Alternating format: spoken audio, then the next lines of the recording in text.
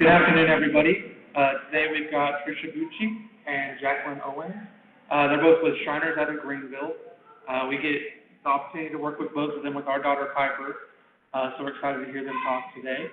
If you guys haven't had a chance to connect with Shriners, they're another good group to connect with. They help serve across the whole spectrum, so they do lowers, uppers, racing and splinting, therapy. We go there for everything. So they're a great group to work with, and today they're going to talk about the collaboration between therapy and orthotics.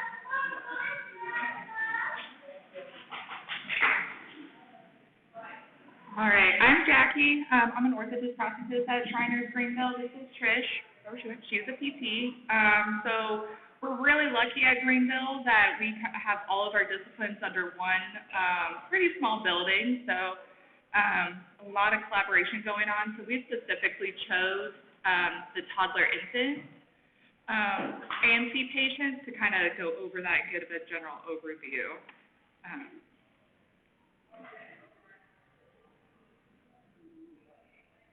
Okay, there we go. So from today, like I said, we're going to go just over a general overview of AMC in children under the ages of 2 to 3. You all have been to a lot of presentations already, so it's probably a little redundant. We'll go over that kind of briefly. And then introduce to our interdisciplinary approach that we have at Shriners amongst therapy and orthotics prosthetics as well as physicians in clinic. And then we have some case studies that we're going to go through to kind of demonstrate that, but also just show, I mean, AMC, as we all know, is very complicated. It brings us a lot of joy, but it hurts all of our heads sometimes, and especially these little toddlers and babies. They just take a very active approach. And then you get to see some pictures of some babies, which is always nice. So this is just our Greenville team, the collaboration among the entire Greenville team. And then the next one. Okay, and this image to the right shows you kind of our demonstration of our collaboration among orthotics, occupational therapy, but we're going to focus, since it's a lower extremity presentation, more of just the collaboration between the PT and orthotic side. And then, like I said, we only represent 2 people on a big Shriners Greenville team, so here we are. So just kind of our general overview, we'll be focusing this discussion on myoplegia. As we know, with the myoplegia, the occurrence of clubfeet is extremely common. Literature shows between 80 and 100% of babies have some form of clubfoot with the myoplegia. It's often complex and severe in nature, most requiring surgical intervention because of this. And Ponseti treatment remains the standard of care. There is variations among this method, as seen in literature. And consideration for casting is given to hip and knee positions during the process. We spend a lot of time with these babies, toddlers, on kind of a lifelong plan, the best that we can. Okay, so just a little bit about how our Greenville process is. The initial appointment is usually for telehealth, which is nice because we have patients from all over the country and international. So that telehealth, one, helps us introduce ourselves and get to know you a little bit better. It also helps us develop a plan for when you do come to that in-person of who all you need to see. Then that initial appointment is usually 2 to 3 days. Generally, you start in therapy. So it'd be like Wednesday, you're doing PT/OT through the rest of the week, and then Friday you're going through clinic and seeing the physician. The physician usually does pop into therapy sessions if time allows, and that just helps them get a good idea of how the child is moving, and formulate a plan before you're in the clinic setting. From an orthotic standpoint, I do get called a lot just for general consults. Again, just so we have an idea of what you've had, treatments you've had before, orthotics-wise, that you've had, what's worked, what hasn't worked before we see you on Friday. All right, so our goals with physical therapy and orthotics for ages 0 to 2 is to facilitate all mobility. So how can they move? We want to encourage how they can move, but we're also trying to strengthen those underused muscles. Collaboration between PT and orthotics during therapy is crucial for these early months and years. We're working on passive stretching while active facilitation. And like I talked about before, kind of developing those lifelong ADL goals, mobility.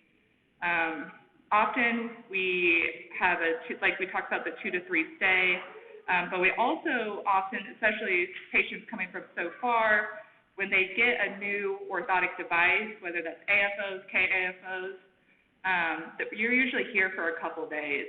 And that's one, we want to make sure everything's fitting right. We want to make sure you're using it in therapy, you understand kind of the ins and outs of it, and really just kind of optimize the fit and alignment of that brace. And then we do believe, especially with this ages, the team model, and that's not just us, that's families, that's the siblings, that's everyone involved, really help development in that plan for the mobility. Okay. Okay, everyone. I'm going to go through 2 of the 3 case studies that I hope will kind of outline what Jackie has said with regarding the way that we carry out our treatment for our infants to toddlers. But basically, there are 3 case studies with an age progression, and we just, again, focus on that importance of collaboration, and really mostly for management of the club foot and the knee for the most part that we're going to talk about today specifically. And as Jackie has said, you'll hear this kind of throughout, but our patients typically travel far, so that's part of the stuff that we have to consider when we're working with these families and babies. So our first little guy, Messiah, just to give a little overview, born at 35 weeks, again, amyoplasia with upper and lower extremity involvement. He was born with club feet, hip and knee flexion contractures, and torticollis. And this is a little glimpse of him. It's one of the first things we always ask for, too, if the family is willing, is for a picture of them when they were born, if they have that.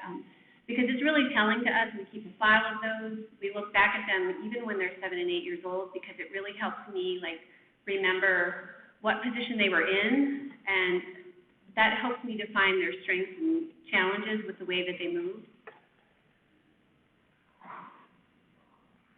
Okay, and then this is just basically a description of that picture. So he was born with his hips in external rotation, the knees were flexed, and then he had the club feet bilaterally. So prior to seeing us, this little guy was from Texas, but prior to seeing us, he had undergone 9 rounds of serial casting, Poncetti. He had 2 sets of casts that slipped and no surgical history at that point. He was actually scheduled, I believe, for a tenotomy in Texas shortly prior to coming to us. So we first were introduced to this little guy by telehealth in January of 2023, and then they arranged for the first visit in February when he was 3 months old. So we started with Poncetti serial casting. It was modified slightly, and then we also used an ACE wrap to start to adduct his legs and bring them together to get them more underneath him and kind of set up a schedule for that. And just, I think another quick comment. The casting was a combination to address the feet and the knees at the same time, too, because of the flexion contractures. So on March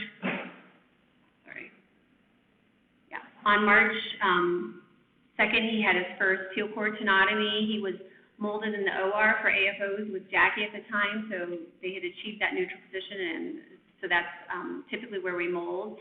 He was then sent home and was suspected to return, but during that time, he did have 1 cast slippage, and because they were several states away from us, they did seek care somewhere locally just for their own, just because the family can't immediately come back at that distance. So, but unfortunately, when he was casted, and we lost some range of motion with that.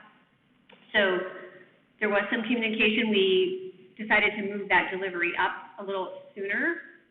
So he came back on March 20th.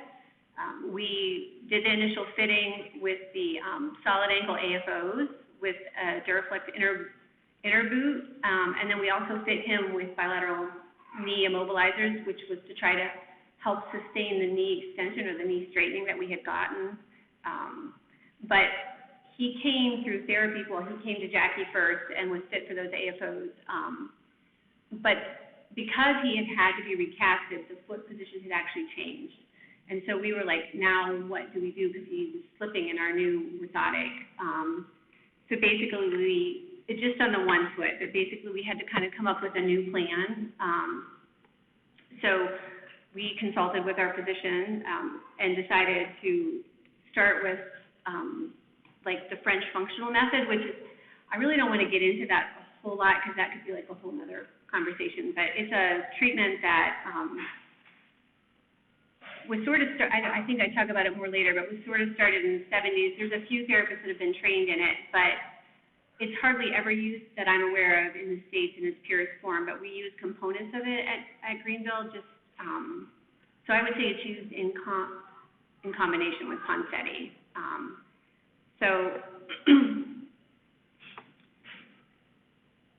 And the French method is really like a series of stretches followed by the application of like elastic tape, followed by like the therapist making an AFO.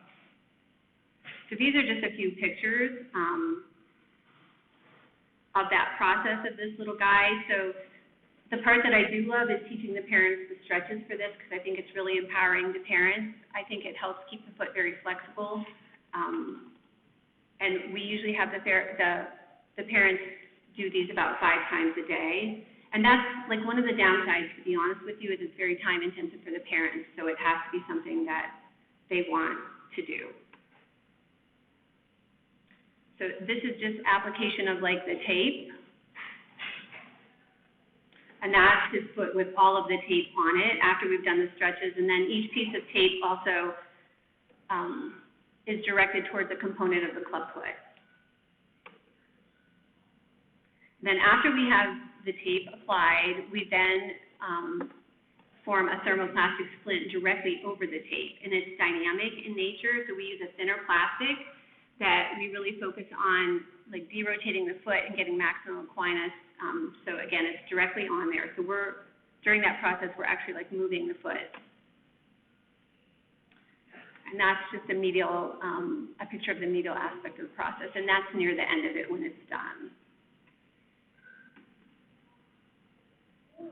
So basically, after that, this little guy returned home after about 4 days with us, and the parents were to continue providing the stretches to both feet, but they were taping the left side only. The right AFO that had been fabricated in the OR was able to stay on, and then we used the AFO that I made on the left side, and then he had his bilateral knee immobilizers that we had talked about earlier. Which we did add a strap to those again, like we had done in the cast, to kind of adduct those legs or bring them together. And then this is just a little bit of his continuation of care.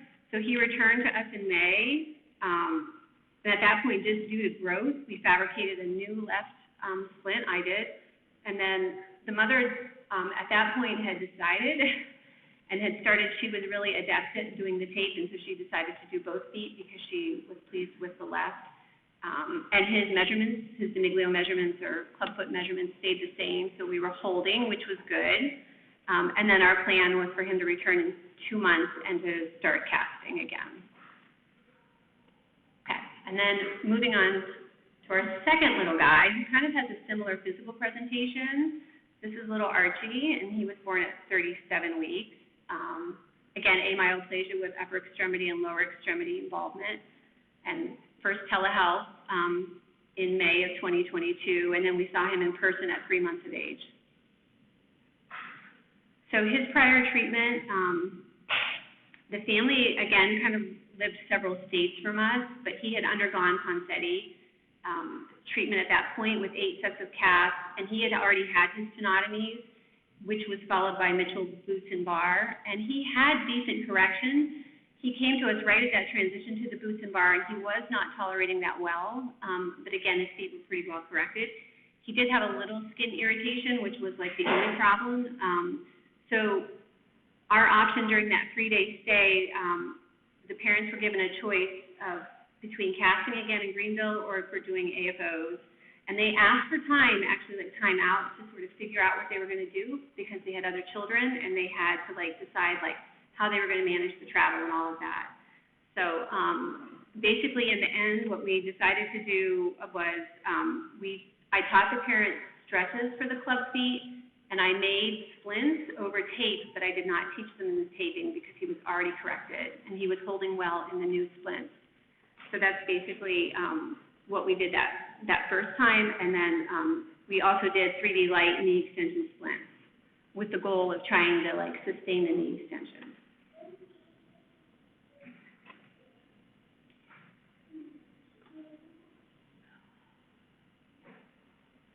And this just kind of talks a little bit through that too. And then this is just a little picture of him with the tape applied, like the right foot has the splint that was already made and the left foot was getting ready to be splinted,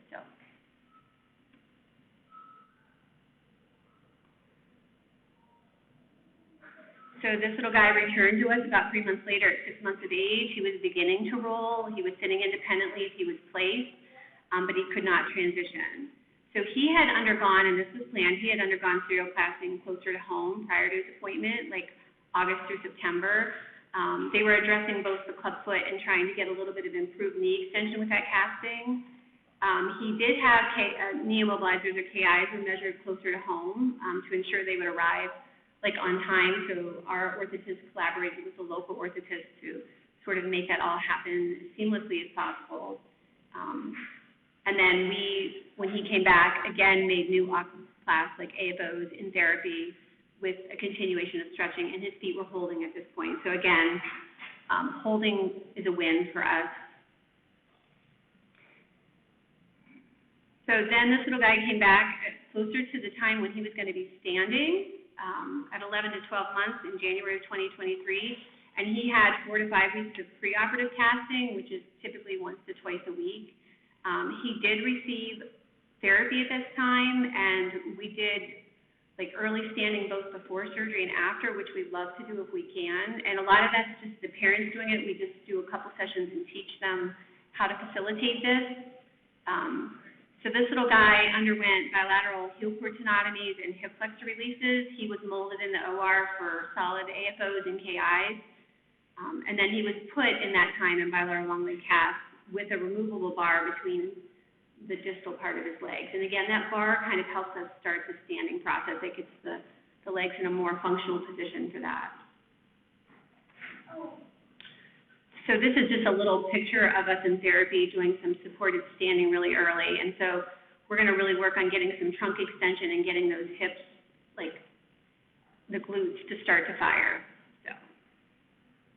So the other part we love about this, like standing, is it just also gives like a sustained stretch on those heel cords, which we find really important to kind of help keep that surgical correction. So this little guy went home then in his cast. He returned once they were able to be removed in February of 2023. His new solid ankle AFOs and KIs were delivered. We also discovered that we needed a little shoe lift on the one side when we were doing supported standing. He underwent several AFO adjustments. And again, this is what Jackie is saying. We just find that we need to make modifications, and so we highly recommend that 2 or 3 day stay at minimum post-op, so we can really like look at him functionally when he's sitting, when he's standing, and see what works.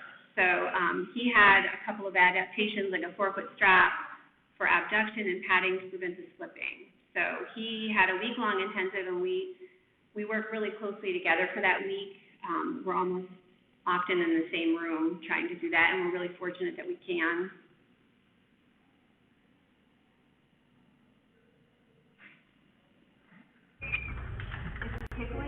This is just another little glimpse of that week. It's almost all him. Body really support. I'm just in the weight shift. That we like to use. I love this device. Come on, Archie, go, go, go. One. How they move and how they can That's practice. good, Carla. Yay!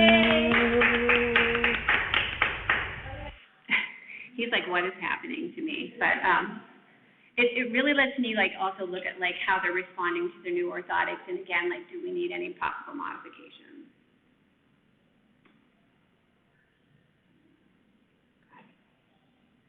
This is just a picture of him in a little walker that we tried.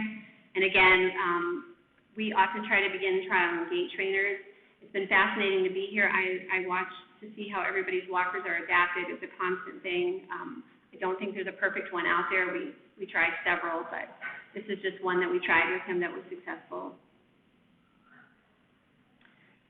We also work on seated mobility, and while he was in therapy, we had found one of our large, almost like a slide board for athletes, because it decreased the friction, because he wasn't able to move in sitting, and I put it on a ramp to try to teach him how to start to scoot. And this is actually at home. His parents then took that when they went home and used a whiteboard on an incline, which was really great. And so here he has his orthotics with his KIs, but also a strap that we added, which you can just see if I start this video. Again, we want to celebrate how the babies move on their own.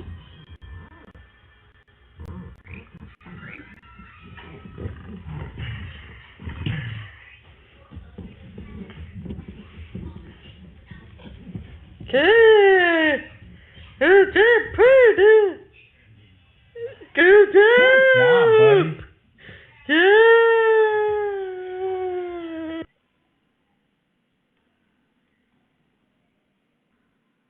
And then just for follow-up for this little guy, he underwent a telehealth appointment that following April, and the plan was for him to return in 2 to 3 months, which is actually coming up, for another little short intensive where we'll look at his orthotics, kind of see where he's at, where his growth is, how he's moving, and kind of see where we go next. We are suspecting that he most likely will need new AFOs at that time.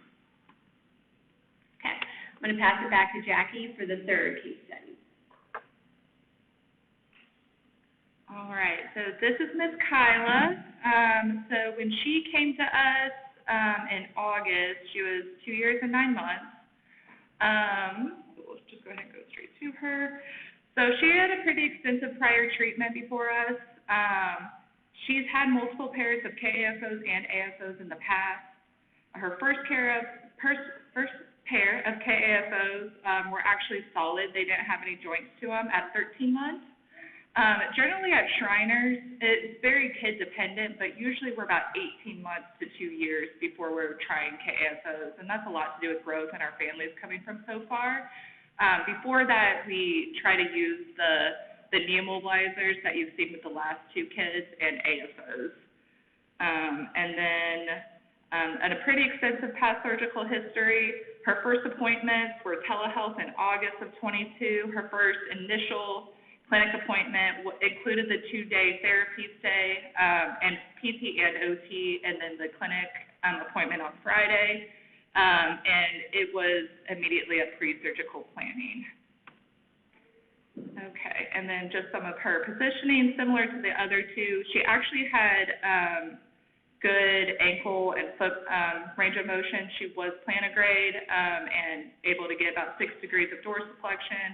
And then she had the external hip rotation, abduction, and some knee flexion contractures. And you'll see that in the next video. This is her pre-surgical video done in our mal appointment. So you're going to see her walking, and then just a little clip of how she kind of moves. Get that started. You can see her old KAFOs in that video. From an orthotist standpoint, and this is for anywhere you get orthotics, like I said, our families come from very far, but our kids grow, which is fortunate, but our orthotics don't. So getting adjustments frequently is really important. Unfortunately, I find a lot of providers, like if we make the orthotic devices, a lot of external providers won't adjust them. So sometimes I can convince an orthotist to change a strap for me from another provider, but it's pretty rare. So it does require commitment on both ends. So yeah, you can see these, she's definitely outgrown these long braces. Then So she had a pretty extensive surgery. Nothing was done to her feet or ankles. She had knee releases, femoral osteotomies, bilateral anterior hip flexor releases. We did mold her for new KAFOs and AFOs in the OR, which we're lucky in that we get to, since the OR is just 2 floors up. As an orthotist, it could be a little stressful because I'm seeing the position that they're in and hoping that the position they come out, when they come out of cast, is what I've predicted, and getting better at it. Sometimes we miss, which takes a lot more adjustment, but at that point, she also got long leg cast with the removable bar and was allowed 50% weight bearing. It did come back for a cast exchange a couple weeks later, and had some physical therapy, working on transitions, and she was allowed weight bearing as tolerated. So the next few slides is kind of what our intensive week looks like after surgery. So generally, after major surgery like this, with new braces, we are looking at a full week of post-op intensive therapy, and working a lot with that collaborative PT orthotics care. Let's see, on Monday, the casts are removed, so usually we're a little mad by the time they get to orthotics and a little sensitive. So we do the initial fitting. I like to call that day, from an orthotic standpoint, more of a diagnostic fitting. We're getting them on. We're making sure everything, at least we're able to get shoes on. But I like to kind of instantly send up the therapy and see how they're moving in it, because that's the ultimate goal. And for that first visit, we like to get them standing as quickly as possible. So supported standing was initiated. Then we went to Tuesday, for PT-wise, working more on transitions, and working with that in that the same treadmill that was the partial weight bearing. Orthotic adjustments, we also added that hip strap that you saw with those KIs in the last 2 to help bring those legs in a little bit more. We had what happens a lot of sometimes kids get atrophy once they come out of cast, so we had to do a little bit of adjustment to the thigh section, and adding that forefoot strap to really just kind of optimize the fit while walking. Then Wednesday, we would have trialed walking with a hula hoop, which you're going to see in the next video, and doing independent standing. So this is Ms. Kyla by Wednesday, after post-op.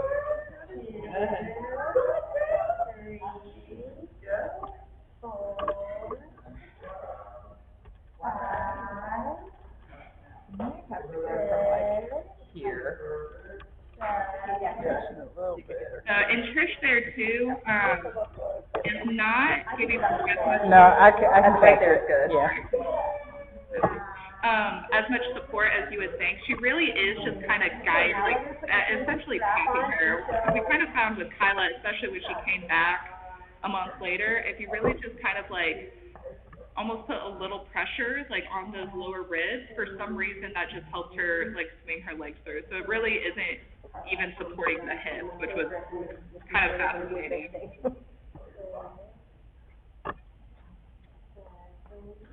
And then, for every kid for this week, Thursday is kind of the day that everyone's exhausted, families are exhausted, the kids exhausted. We usually have a couple meltdowns on all of our ends, a lot of extra coffee.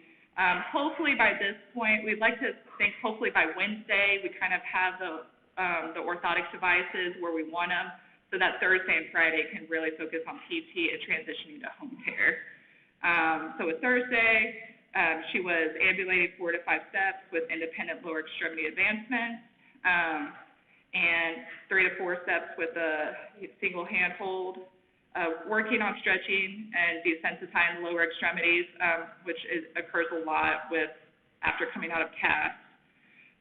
She was having a little bit of, especially in the KAFOs, of the heels slipping up, which is what every kid that we have had in these case studies has experienced, and what we're constantly fighting with these little ones. So a little padding was added to the back to help kind of hold that heel in place. And then for Friday, then just working on transitions, independent standing, and working on where she's going to be at, what she's going to do at home. So she did return recently. The KAFO joints actually started, the little ratchets on them started to slip. So we had to fix those and noted a little bit more atrophy, so some padding was added up top. She did another full week of physical therapy because the family coming from so far, and working with a crocodile walker and independent standing with the KAFOs.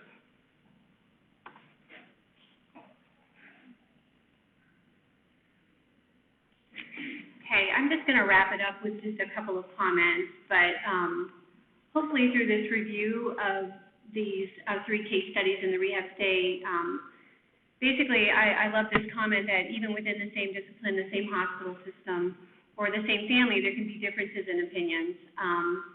And we just really hope that, and we've heard this theme a lot, honestly, these 2 days, and I feel like we're at the sort of the tail end of the presentations, that basically like communication, questioning, and problem solving that takes place in the care of children with ANC.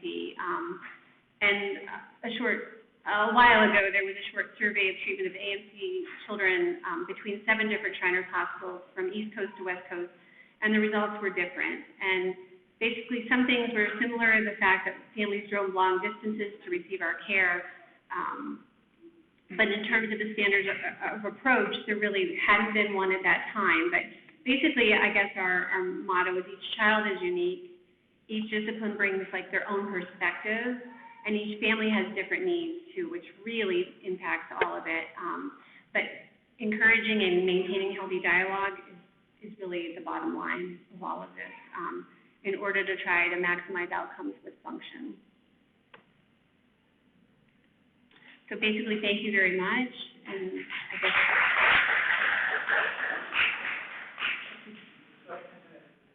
Okay. Sometimes you would mention heel cord, anatomy, and sometimes Achilles. Is that the same?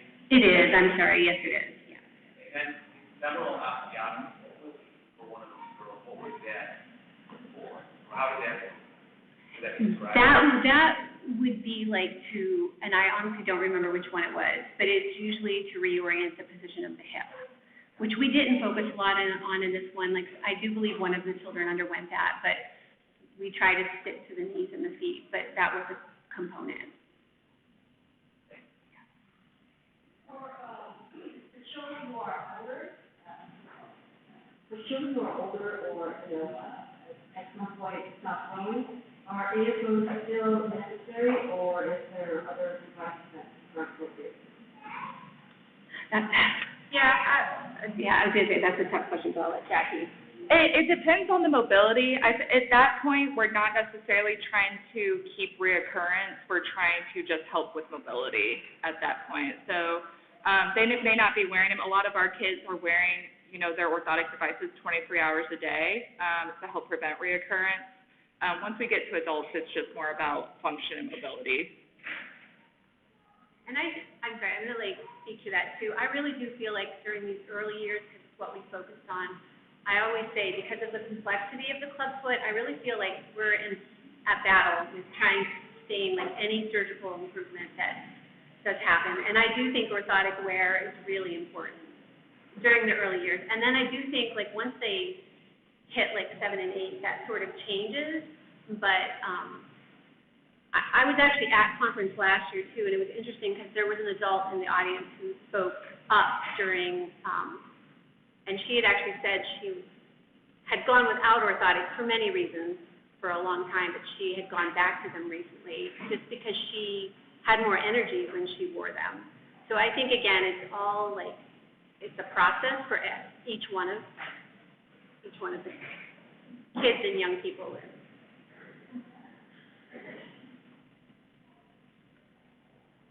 I really like the name of the ones they're Bennett. Yeah, they are Bennett. And then the strap that you were using, if you're not putting them in the hospital until like 18 or 24 months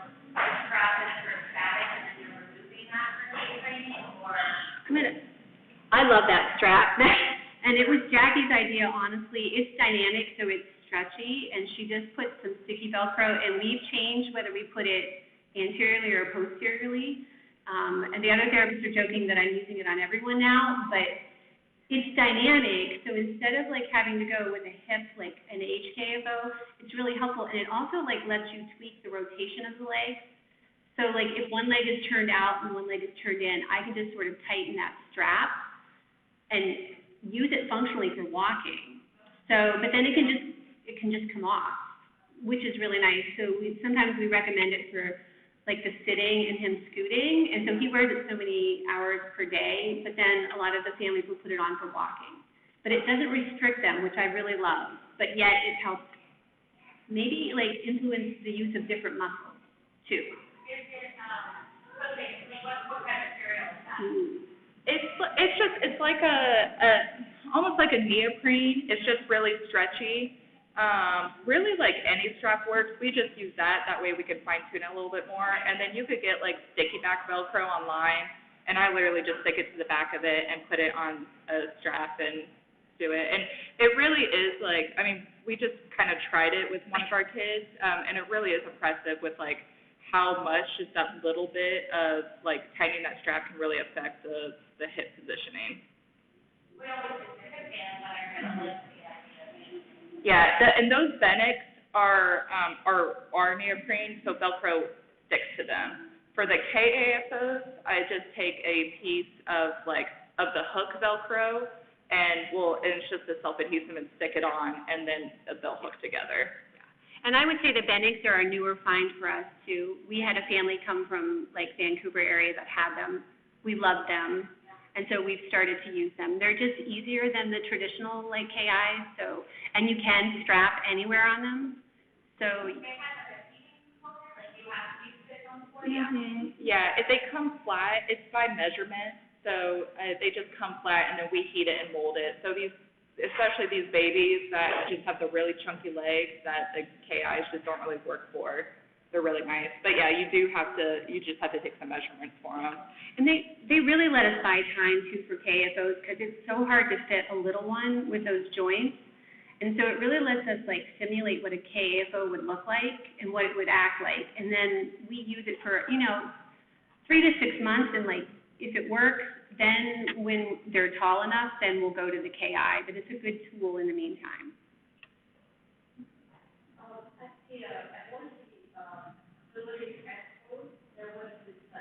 It was actually designed for adults, but I was wondering if it was basically it was like a neoprene, like a figure eight type of device that helps stabilize the hip joint.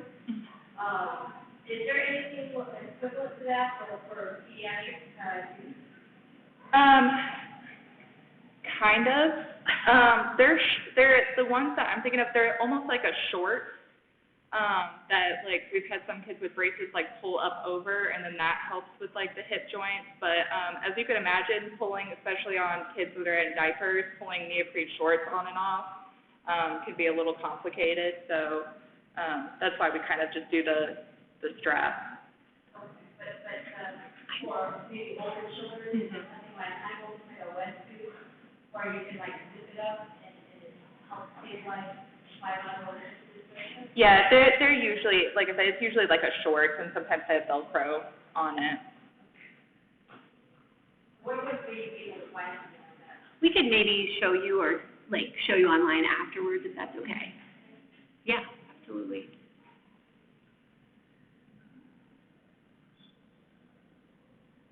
Okay, if there's no other questions, thank you very much, everyone. Really appreciate your time.